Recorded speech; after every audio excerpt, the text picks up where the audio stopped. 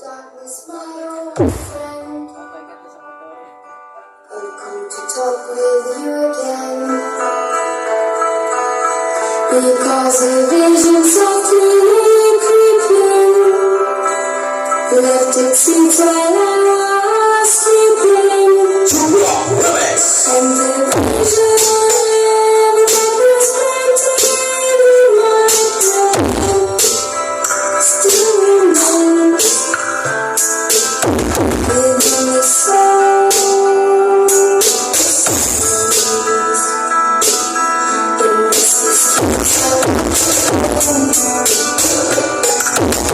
Next you said,